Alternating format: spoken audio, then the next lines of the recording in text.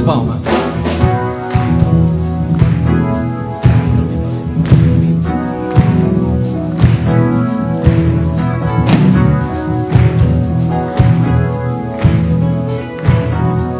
Vamos lá? É tão bom louvarmos ao Deus de toda graça, juntos bendizermos a quem é nossa força, e assim festejarmos com toda a alegria o prazer de estarmos em sua companhia. Vamos no início, mais forte. É tão bom louvarmos ao Deus de toda graça, juntos bendizermos a quem é nossa força, e assim festejarmos com toda a alegria o prazer de estarmos em sua companhia. E a nossa resposta? É nossa resposta a este sentimento, voz do coração, amor incontínuo, uma viva chama, arde em devoção. É nossa resposta a este sentimento, voz do coração, amor incontínuo, uma viva chama, arde em devoção. Palavra sobre a importância de reconhecer que o reino é de Deus, não é nosso. Quando ele falou nesse texto da Bíblia sobre a entrada de Jesus no templo, expulsando os vendedores cambistas e botando ali todo o seu senhorio, mostrando que a casa de Deus é casa de oração, não casa de barganha, foi muito importante para os nossos dias. Eu gostei muito dessa mensagem, foi realmente edificante para a vida da gente, algumas renúncias, algumas questões que a gente precisa mudar na nossa vida, e ele falou de uma forma muito gostosa, né? Sempre com aquele dom da palavra da graça, né? Dessa facilidade em servir a Deus. Isso é bom pra gente, isso renova, isso mostra pra gente que é mais fácil servir a Deus do que a gente imagina. A palavra de Deus foi uma bênção essa noite, muito oportuna para o nosso ministério na igreja, para as nossas vidas. Palavra de despertamento, de renovação, de restauração e, sobretudo, a consciência de um evangelho vivo, um evangelho de experiência, não de regras, não de normas, mas um evangelho que traz paz, que traz ao nosso coração a verdadeira vida, como foi a palavra desta noite. Aleluia, bendito seja o Senhor. Agora, prepare o seu coração para ouvir a palavra de Deus. Deixe que ela frutifique em sua vida. Marcos 12. Começa provavelmente um texto escrito por Marcos baseado nas memórias de Pedro. Ele é sucinto, mas o Evangelho de Mateus, no capítulo 21, e também Lucas, no capítulo 20, basicamente narram o mesmo bloco de acontecimentos que a gente encontra aqui, e tem a ver com os últimos dias da vida de Jesus terrena. E ele passou a maior parte dos seus dias e do seu tempo fora de Jerusalém. Ele diz que Jerusalém é o lugar onde o profeta morre, mas Jerusalém não era o lugar da vida. O encontro dele com Jerusalém é sempre gerando perplexidade, desde a adolescência. Está na casa do pai, todo mundo fica chocado. As vezes em que ele passa por lá, todas elas são marcadas pelo signo da conflitividade, do paradoxo, do choque, da polarização. entre ele e as autoridades do templo. O Evangelho de João, especialmente, narra uma quantidade imensa de acontecimentos desse tipo, como tudo que Jesus dizia ou fazia no templo virava problema. Então a relação dele com o templo sempre foi uma relação de tensão, e os vaticínios, as profecias dele para o templo são todas carregadas de término. Os discípulos dizem: ó, vede, quantas pedras, que construções. E ele diz: em verdade eu vos digo que não vai ficar aqui pedra sobre pedra que não seja derrubada. E boa parte do que se usou no final da vida dele como argumento contra ele, na blasfêmia de natureza teológico-político que ele havia proferido, ao dizer: destruí este santuário e em 3 dias o reconstruirei, e ele se referia ao santuário do seu corpo. Mas a interpretação legalista, letrista, a exegese do conjunto de símbolos de letras, entendeu que era um anúncio sobre a destruição do templo, conquanto ele tivesse de fato feito isso, naquele momento não era disto que ele falava.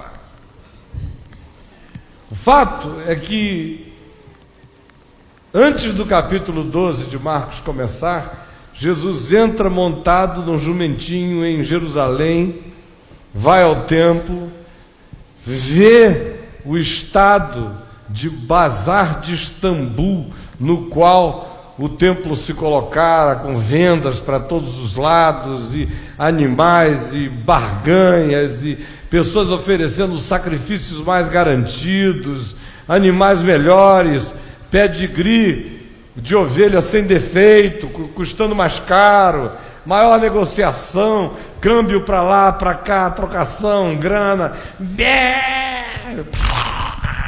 pombarada, e tudo que é tipo de bicho, negócios de todos os tipos sendo feitos no espírito mais ostensivamente negocial, se pudesse imaginar, dentro do lugar de oração. O que não é difícil de encontrar, é só andar por aí que você vê que o mundo está cheio desses lugares. E aí Jesus olha aquilo tudo, observa com cautela e faz um azorrague. E no dia seguinte entra no templo e parte para a violência, para boa violência. Há determinadas formas de violência que, se não forem praticadas, elas denotam falta de saúde psicológica. Aquela violência de quem impõe limites no ato, porém o pratica com a significação de uma ira que precisa ser expressa.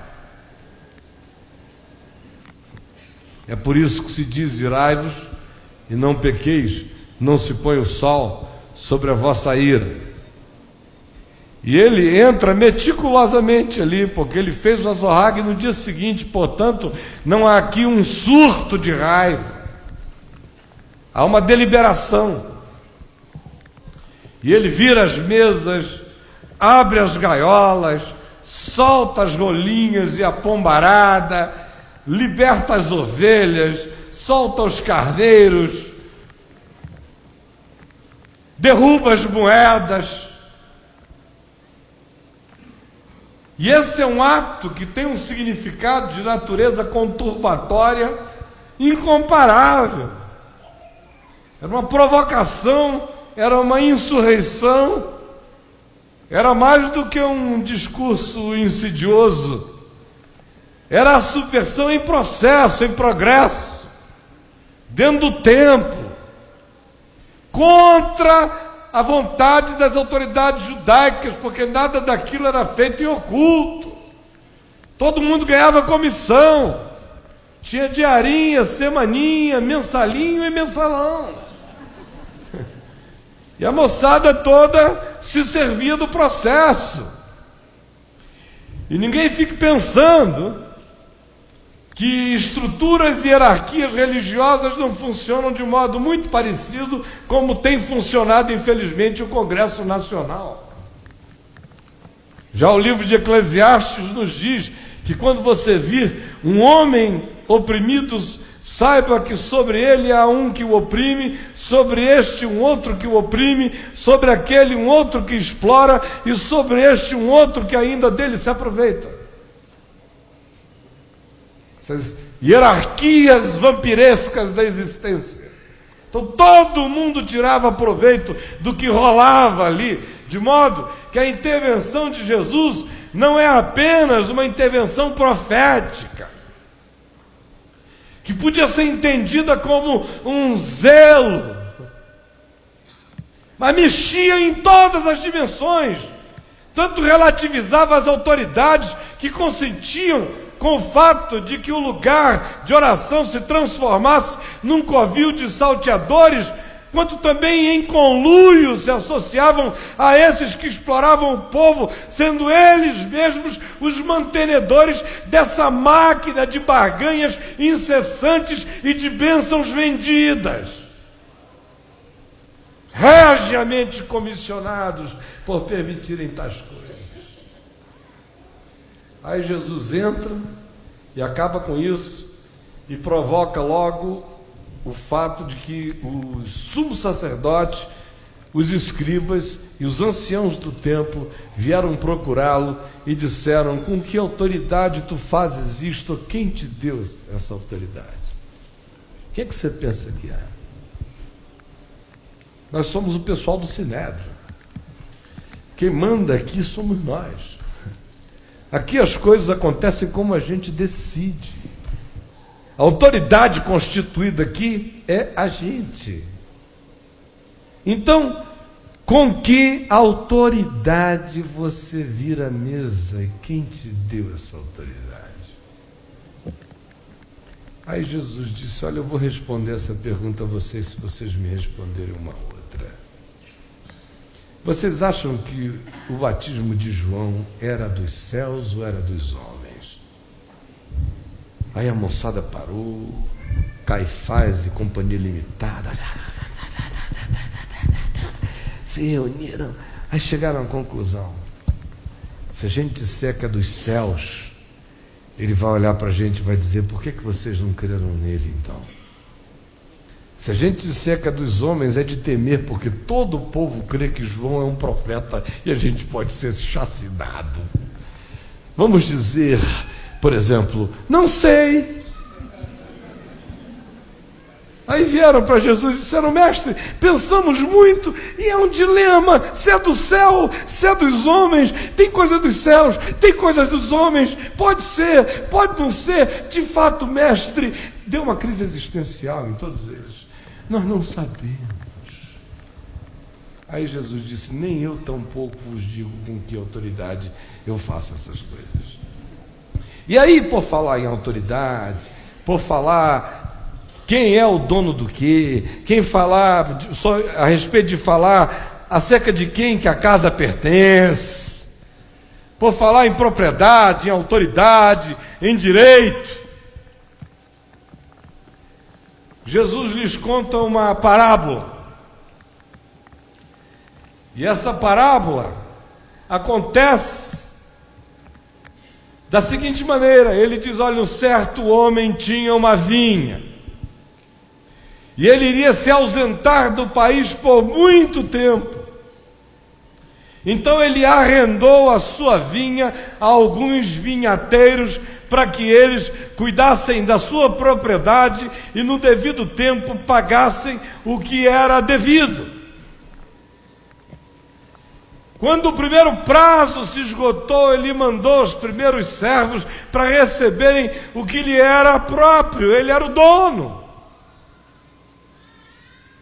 Mas aí os vinhateiros viram o homem vindo, os primeiros mensageiros, e a uns espancaram, a outros mataram, a outros ridicularizaram, a outros mandaram de volta. E o dono da vinha insistia e mandava novas levas. E todos eles ou retornavam feridos e quebrados, ou não voltavam porque eram mortos, a ponto de que chegou num limite tal que o dono da vinha não tinha mais a quem enviar. E disse: enviarei meu filho amado, meu único filho, a ele respeitarão. E Jesus prossegue dizendo que quando o filho chegou, os vinhateiros olharam-no e disseram: eis o herdeiro, matemo-lo e fiquemos com a herança. Eis o herdeiro, matemo-lo e fiquemos com a herança. Interessante é que aqui na parábola o texto prossegue do verso 7 em diante, dizendo o seguinte: agarrando, mataram-no e o atiraram para fora da vinha. Que fará, pois, o dono da vinha? Virá, exterminará aqueles lavradores e passará a vinha a outros. Ainda não lestes esta escritura? A pedra que os construtores rejeitaram, essa veio a ser a principal pedra angular. Isto procede do Senhor e é maravilhoso aos nossos olhos. E procuravam prendê-lo, mas temiam o povo, porque compreenderam que contra eles proferira esta palavra, ou esta parábola. Então, desistindo, retiraram-se. O texto prossegue com eles enviando agora uma comitiva formada de fariseus e herodianos, os dois grupos profundamente aliados ao Império Romano. Alguns fariseus mantinham uma posição de atitude resistente, mas os herodianos eram confessadamente entregues. E a questão que eles veem é sobre se deve pagar o imposto ou não a César. Aí Jesus disse: deixa eu ver essa moeda aí, de quem que é essa cara aqui? Ah, é de César. Então deem para o César o que é do César, e deem para Deus o que é de Deus. E resolvia tudo com essa simplicidade. Aí vieram os saduceus, enviados pelo mesmo grupo, pelo pessoal que se achava dono da vinha, os proprietários do negócio, os que tinham ganho o direito via uso capião. Era de Deus, mas deixou de ser. Ele largou na nossa mão tanto tempo que agora é nosso. Aí chega essa outra moçada aqui, que são os saduceus, que eram da classe sacerdotal, mas que criam tanto no rito, nas formas, nos cultos, que acabaram ficando vazios de fé, e neles já não habitava nenhuma transcendência, de modo que eles também não criam nem em espírito, nem em anjos, nem em ressurreição, nem em coisa alguma. Eles viviam apenas da mecânica do ritual. E esse pessoal chega também com uma questão para Jesus, dizendo: olha, tinha uma mulher aqui no nosso meio que viveu o seguinte drama. Ela casou com um homem e o primeiro marido morreu. A lei diz que o segundo irmão tinha que suscitar descendência ao primeiro. Ela casou com o segundo irmão, mas o segundo irmão morreu. Aí ela casou com o terceiro e o terceiro morreu. E assim ela foi matando todo mundo até os 7. Até que morreu o 7º. Que mulher da pesada. É que o pessoal insistiu em ficar. Uma mulher como essa, o sujeito tem que passar por ela e sumir. Mas eles gostaram, ficaram, ela secou os bichos, eles morreram. Pergunta dos saduceus: mestre, na ressurreição, já que eles não criam em ressurreição, os cínicos, eles não criam em ressurreição. Mestre, na ressurreição, de quem será ela mulher? Do primeiro, do segundo, do terceiro, do quarto, do quinto, do sexto, do sétimo? Quem sabe ela é de todos. De quem que ela é? Aí Jesus diz: errais, não conhecendo nem as Escrituras, nem o poder de Deus. Porque no reino dos céus eles não se casam e não se dão em casamento, são como os anjos dos céus. Quanto à ressurreição dos mortos, não lestes no trecho do texto de Moisés concernentemente à sarça, onde Deus mesmo diz: eu sou o Deus de Abraão, eu sou o Deus de Isaque, eu sou o Deus de Jacó. Ora, o tempo verbal é presente. Ele não foi e não era. Ele diz: eu sou. E Abraão já tinha morrido, Isaque já tinha morrido, Jacó já tinha morrido, e Deus continuava dizendo: eu sou. Portanto, Ele é Deus de vivos, não Deus de mortos. O que mais? Aí a moçada sai. Todo mundo aqui é dono da vinha. Esse pessoal aqui é que se sente, de fato, os proprietários do negócio. Aí chega um escriba, um sujeito dado às letras, aos detalhes, às exegeses, às minúcias, aos códigos de palavras, raízes. E ele chega aqui. Ele vira-se para Jesus e pergunta: qual é o principal de todos os mandamentos? Aí Jesus se deu ao trabalho simples de responder: o principal é: ouve, ó Israel, o Senhor nosso Deus é o único Deus. Amarás, pois, o Senhor teu Deus de todo o teu coração, de toda a tua alma, de todo o teu entendimento e de toda a tua força. O segundo é: amarás o teu próximo como a ti mesmo. Não há outro mandamento maior do que este. Aí disse-lhe o escriba: muito bem, mestre. É todo mundo muito sim. Muito bem, mestre. E com verdade disseste que Ele é o único, e não há outro senão Ele, e que amar a Deus de todo o coração, e de todo o entendimento, e de toda a força, e amar o próximo como a si mesmo, excede a todos os holocaustos e sacrifícios. O cara sabia, mas perguntou. Vendo Jesus que ele havia respondido sabiamente ou safamente, declarou-lhe: não estás longe do reino de Deus. E ninguém havia que ousasse interrogá-lo. Aí chegou a vez de Jesus. Jesus, ensinando no templo, perguntou: como dizem os escribas que o Cristo é filho de Davi? O próprio Davi falou pelo Espírito Santo, disse o Senhor ao meu Senhor: assenta-te à minha direita até que eu ponha os teus inimigos debaixo dos teus pés. O mesmo Deus chama-lhe Senhor, o mesmo Davi chama-lhe Senhor. Como, pois, é ele seu filho? E a grande multidão o ouvia com prazer. Agora olha aqui para mim. Não é à toa que depois que ele limpa o templo, a sequência segue exatamente esta ordem. As autoridades do templo, Caifás, os anciãos. A seguir, eles mandam uma outra questão, levada e representada por um grupo próprio para aquela questão, a do tributo, os fariseus, os herodianos. Depois, chegam os saduceus com uma outra questão. Depois dos saduceus, vem um escriba querendo uma discussão a respeito do significado essencial e do valor das coisas.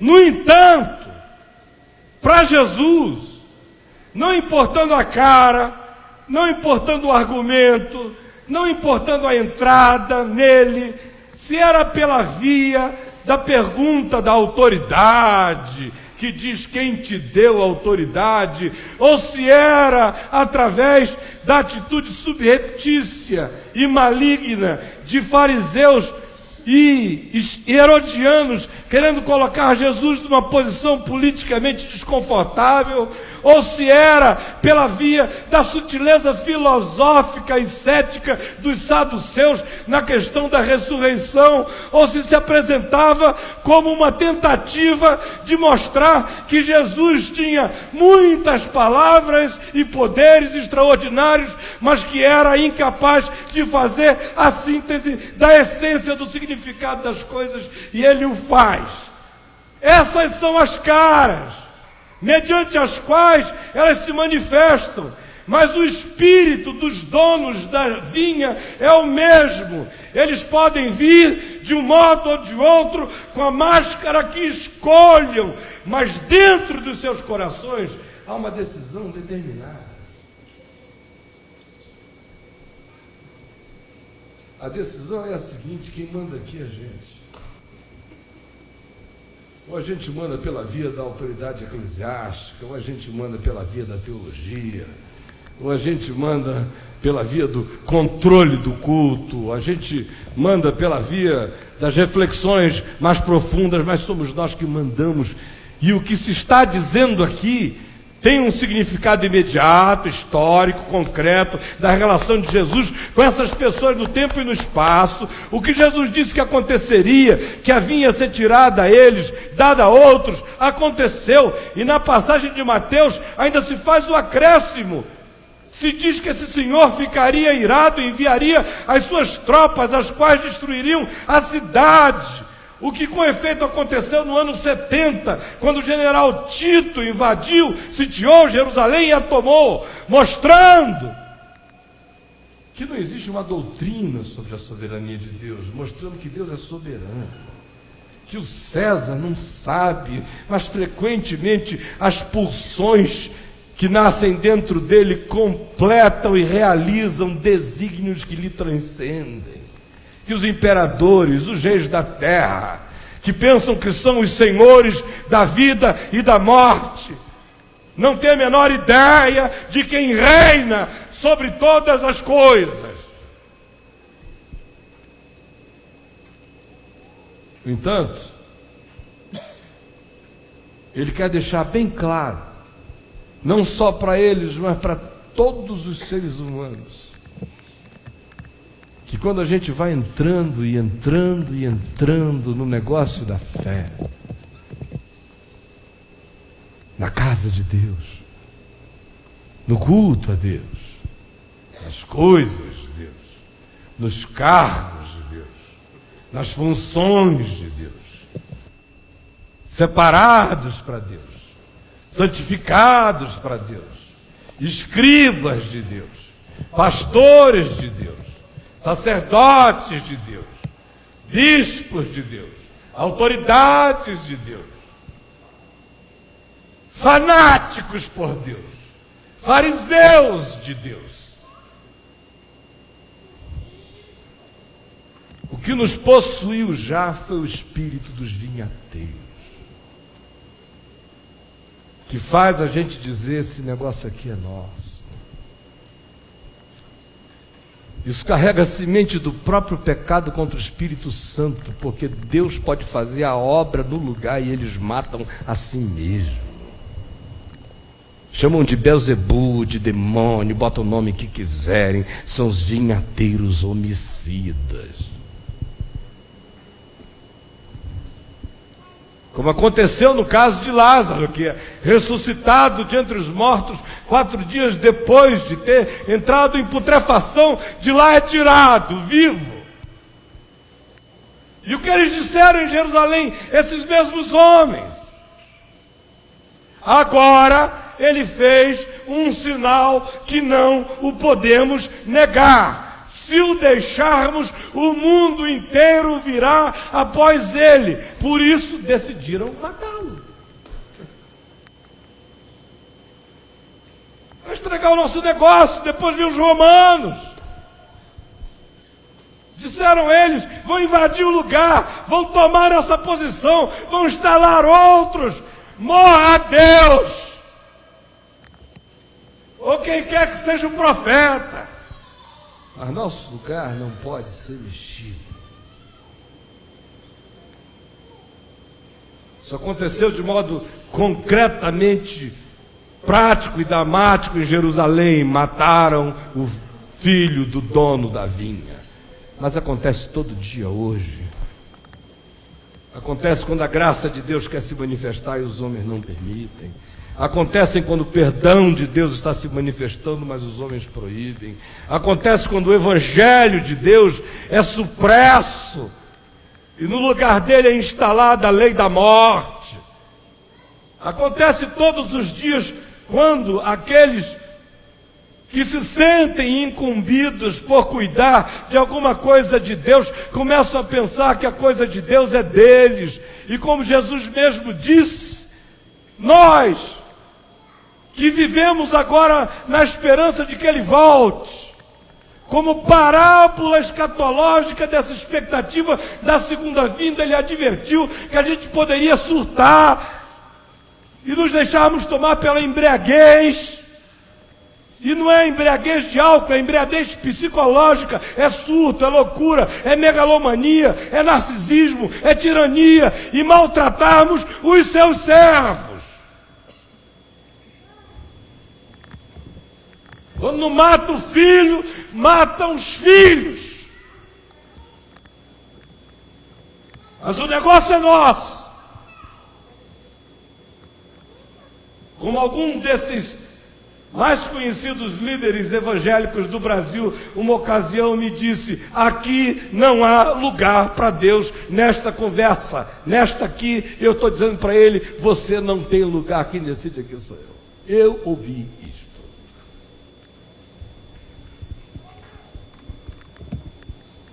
Agora, isso acontece nos ambientes pequenos da gente também. Acontece no coração. Quando o Evangelho vem chegando, e a gente prefere matar o Evangelho do que deixar que ele seja o Senhor da nossa existência. O fato é que aqui dentro de nós ecoa uma voz antiga: sereis como Deus, sereis como Deus, sereis como Deus. A vinha não é de Deus, a vinha é minha. Se eu pudesse ser a videira verdadeira, eu sou e vocês são os caules. Esse é o surto essencial, é a psicose mais básica e maligna que habita a todos nós. Serei como Deus. Não só mataram a profetas e mensageiros e enviados, mas por último veio o filho da vinha. O dono da vinha envia seu filho, e a ele mataram, e mataram dizendo: oba, a herança daqui para frente é nossa. Me perdoem os irmãos, mas a igreja tem matado muito o filho da vinha e dito: oba, a herança é nossa. O cristianismo já matou muitas vezes o dono da vinha e disse: oba, a herança é nossa. Uma quantidade enorme de pessoas todos os dias dizendo: oba, a herança é nossa, o poder é nosso, nós o representamos, nós o carregamos, isto é nosso. Eu digo a todos esses, aos maiores, aos menores, das macro situações às micro situações, ninguém se iluda, porque o dono da vinha vem e vai arrancar aquilo que um dia você pensou que era seu e vai dar a outros. Eu pessoalmente tenho o sentimento espiritual de que a gente está vivendo um tempo no qual nós estamos vendo donos de vinhas que vão receber a visita do verdadeiro dono da vinha e vão ter a experiência dramática de ver como uma palavra de Deus muda tudo. Agora a gente mata e diz: oba, a herança é nossa, quando a gente mata o Evangelho também. A grande angústia de Paulo, na maior parte das cartas dele, é essa. Ele denuncia o tempo todo os que estão crucificando o Filho de Deus pela segunda vez, os que estão voltando à lei, os que estão retornando ao obsoletismo das coisas antigas, os que estão voltando à espiritualidade das barganhas, os que estão voltando à idolatria dos sacrifícios, os que estão voltando à cultura judaica como se ela fosse uma revelação divina, abandonando o Evangelho da graça, esquecidos do que Jesus já fez de uma vez para sempre na cruz, esquecidos de que já está consumado, e por isso matam outra vez em suas próprias consciências aquele que morreu de uma vez por todas para remir os pecados. E há aqueles que ainda ensinam isso, porque quando o povo crê nisso, eles dizem: opa, a herança é nossa.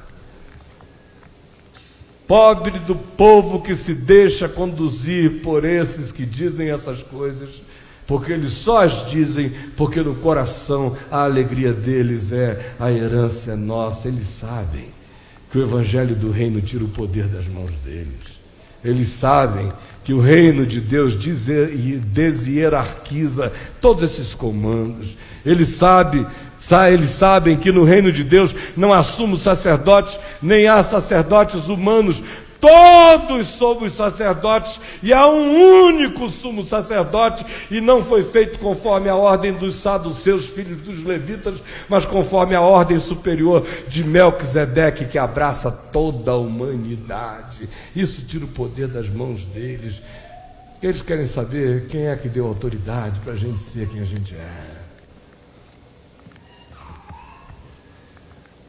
Hoje à noite, eu queria que você fosse para casa levando no coração essa palavra. O quanto que no seu coração você se alegra por achar que pode ou consegue ludibriar a Deus, ou quanto que você acha no seu coração que existe o poder de autodeterminação sobre a sua própria existência. O quanto em você existe a ideia de que existe uma herança, um poder, uma riqueza que são seus, só porque você é você.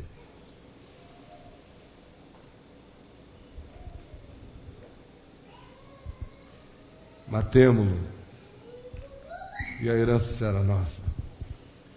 Talvez a coisa mais demoníaca que exista na face da terra seja essa. Mais do que todos os altares consagrados aos demônios mais esquisitos. Mais maligno do que isso tudo é a casa de Deus, o lugar de oração. Daqueles que dizem que confessam o nome que está sobre todo nome. Ser usada apenas como fachada para um grande negócio que os vinhateiros da perversidade praticam. Se chegarem os profetas, eles vão matar. Se os mensageiros lhes forem enviados, eles vão tentar calá-los. Porque gente do mesmo espírito, quando encontrou o filho do dono da vinha, Jesus, a ele mataram. E gente do mesmo espírito, quando encontraram Paulo, pregador da graça do evangelho, do filho do dono da vinha, o perseguiram.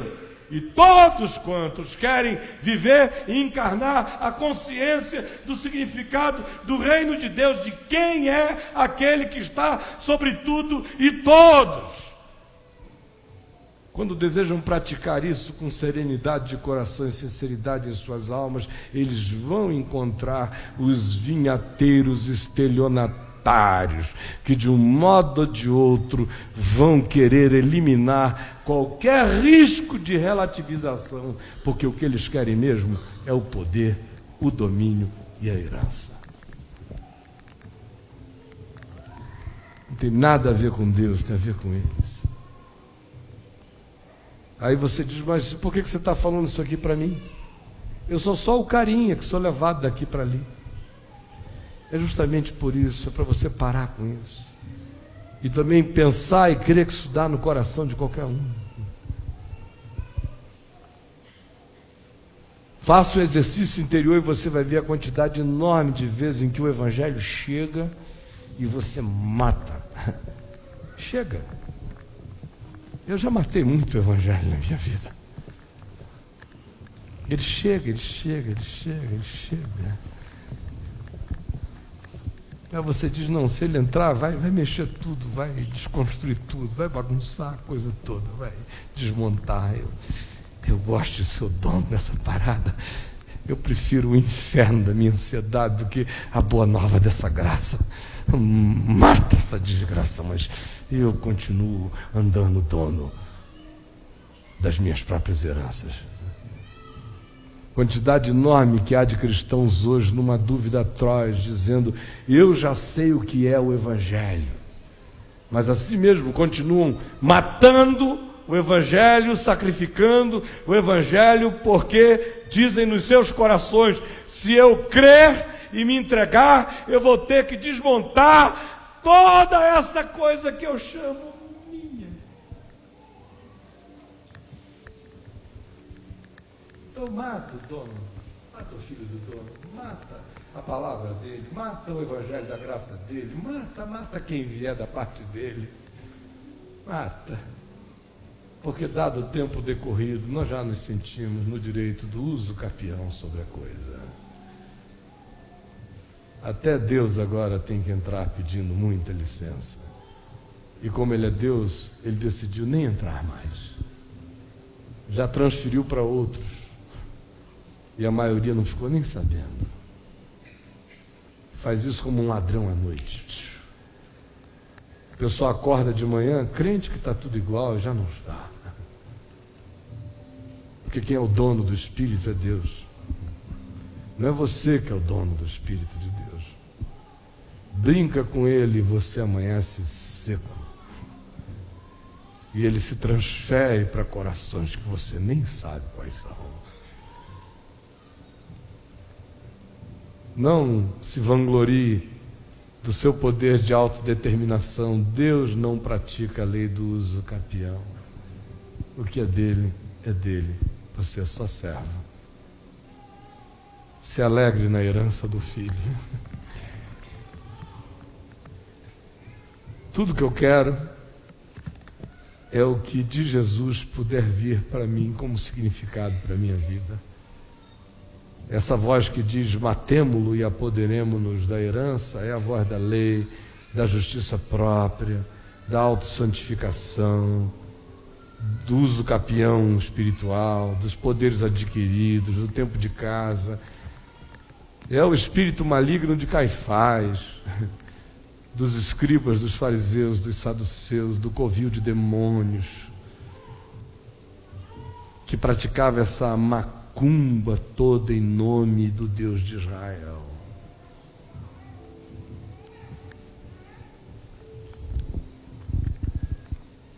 Então olhe para o coração agora. Eu teria muito mais a dizer, mas sinto que já me estendi demais. Olhe para o seu coração, você que está aqui, quem vai ver em casa, em algum lugar, e apenas se pergunte o quanto eu estou disposto realmente a aceitar essa visita. Aceitar que a coisa é dele. Vocês já imaginaram? Que igreja iria acreditar se viesse hoje uma voz do céu que dissesse: abandonem todos os seus templos e andem peregrinando pelas esquinas, pregando o Evangelho livremente? Sabe o que ia acontecer? Nós iríamos nos reunir em praça pública, iríamos amarrar esse anjo em nome de Jesus, dizendo que essa era uma palavra do diabo. Porque já está tão feito do jeito que a gente fez, que nem Deus pode mais fazer de outro jeito. E o pior não é isso, Ele sabe disso.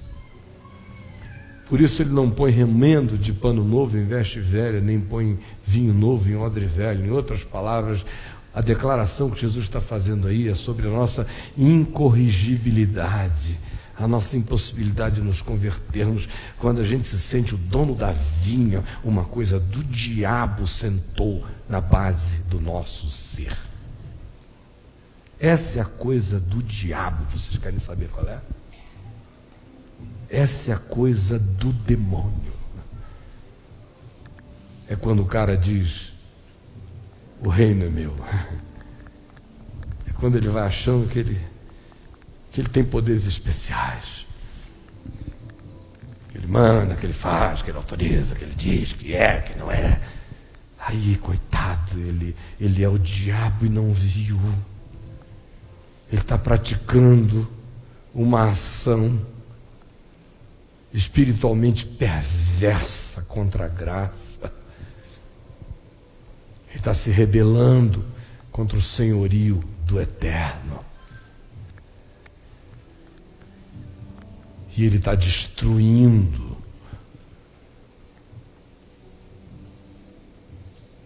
a manifestação do direito de Deus sobre nós. E quem faz isso se destrói junto. E como eu disse, isso tem muitas caras. Se esconde atrás de muitas fisionomias. E acontece todo dia. Quando a gente, ao invés de se entregar àquilo que a consciência do Evangelho produz em nós, a gente prefere fazer a manutenção daquelas coisas que nos dão poder sobre aquilo que a gente controla. Deus só tem permissão em agir na nossa vida, nesse caso, se não mexer em nada. Porque qualquer ação de Deus que mude tudo e que diga, entrega, porque o dono sou eu, vai encontrar de nós apenas o espírito homicida que um dia matou Jesus e hoje mata a consciência, mata a graça, mata qualquer coisa, mas não se entrega nunca, porque o negócio agora é meu, dizemos nós. Pobre de você, que é o dono do negócio. Vamos ficar em pé e vamos orar.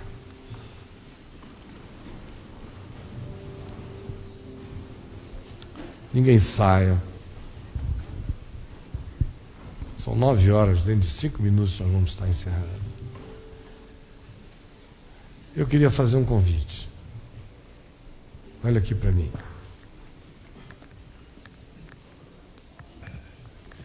Eu queria convidar você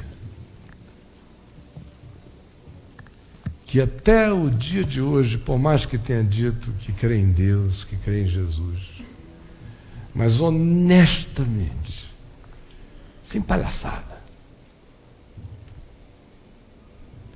olha para o coração e diz: eu nunca estive disposto a entregar nada que me fosse importante.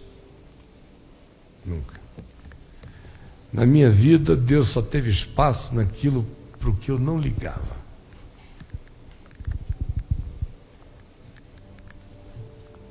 E se Ele chegar querendo mexer profundo demais, eu mato. Porque ninguém vai mexer em quem eu sou, em quem eu já consegui.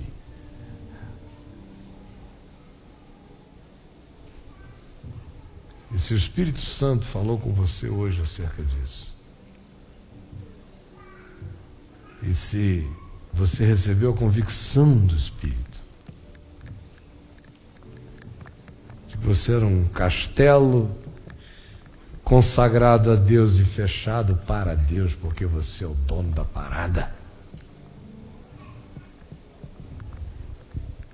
e que a hoje se entregar e devolver e não resistir, e deixar de matar a boa nova em você, e quiser acolher como quem se entrega, então saia do seu lugar e venha até aqui à frente, juntinho de mim, que eu queria fazer uma oração com você. Pode vir. Sei que tem muita gente querendo vir. Só vir. Só esquecer que você é evangélico. Pensar que você é um ser humano, que você vai ver que o Evangelho é para você também. Só evangélico pensa que o Evangelho não é para eles. Por isso que está todo mundo tão sem Evangelho. Mas se você esquecer que é evangélico e lembrar que você é só gente, então, pelo amor de Deus, o Evangelho volta a ser para você. Venha. E quem vier, chega bem aqui à frente, bem juntinho, tá? E eu vou pedir também a qualquer pessoa que queira vir botar a mão no ombro de qualquer desses queridos que estão aqui e orar com eles, também podem se sentir à vontade para vir. Chega bem, espalha aqui, ó, para a minha esquerda e para a minha direita, para caber todo mundo. Pode vir. Há um doce espírito aqui. Matemo-lo e a herança será nossa.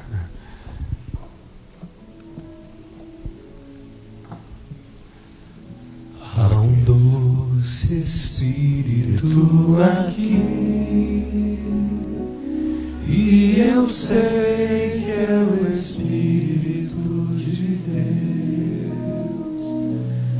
Já podemos todos perceber a presença de Jesus, o Salvador. Há um doce Espírito aqui, e eu sei que é o Espírito de Deus. Já podemos todos perceber a presença de Jesus, o Salvador. doce presença, doce presença,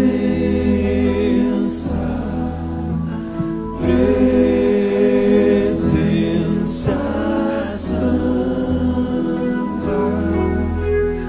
vem sobre nós, enchendo-nos do teu poder. Te adoraremos, oh tua presença aqui, e que renovará os nossos corações. Louvado seja o Senhor, que renovará e que renovará em nossos corações. Louvado seja o Senhor. Perdão, Senhor Jesus, quando a gente mata e mata e mata a boa nova em nós todo dia, quando ela chega e a gente a assassina porque a gente não quer entregar o controle, o poder, porque nós não somos diferentes de Caifás, nem das autoridades do templo, e nem de saduceus, de fariseus, herodianos, escribas. Nós só temos outras caras, nós só temos outros disfarces, mas no fim a gente não quer entregar a propriedade. A gente não quer dar o que é teu, a gente quer ter direito de uso capião sobre a nossa existência. E Deus que tome cuidado, porque senão a gente o exila da nossa vida para sempre. Sem saber que com isso a gente vai se acabando, se destruindo. Senhor Jesus, nós estamos aqui para depor as armas, para declarar que é tudo teu, que a vinha é tua, que nós somos teus, que a gente não quer resistir, que a gente não quer lutar contra ti, que nós não somos usurpadores. Ao contrário, nós queremos acolher a tua graça, tua palavra. Nós queremos remeter o fruto próprio para ti. Nós queremos que a nossa existência produza esse fruto do amor, da alegria, da paz, da bondade, da misericórdia, da benignidade, do domínio próprio, da solidariedade. Por favor, não deixa que a gente fique assim, caninamente donos de um lugar religioso, que é lugar de morte, onde não nasce fruto nenhum, aonde só vinga a vaidade do poder, do domínio, do controle, da barganha, do dinheiro, da supremacia de uns sobre os outros. Esse demônio, por mais que se esconda atrás de nome cristãos, está desnudado, desmascarado, em nome de Jesus. E ele vai ter que botar a cara dele para fora, porque o Evangelho chegou e a palavra de Deus vai prevalecer. Em nome de Jesus eu peço que tu realizes no coração de cada um também o fincamento da espada espada do teu pertencimento que atravesse o nosso ser e nos fixe a ti para sempre, Senhor. Agora pacifica o coração de cada um e dá a cada um volte como quem perdeu as obrigações, como quem se entregou e descansou. Em nome de Jesus. Amém e amém.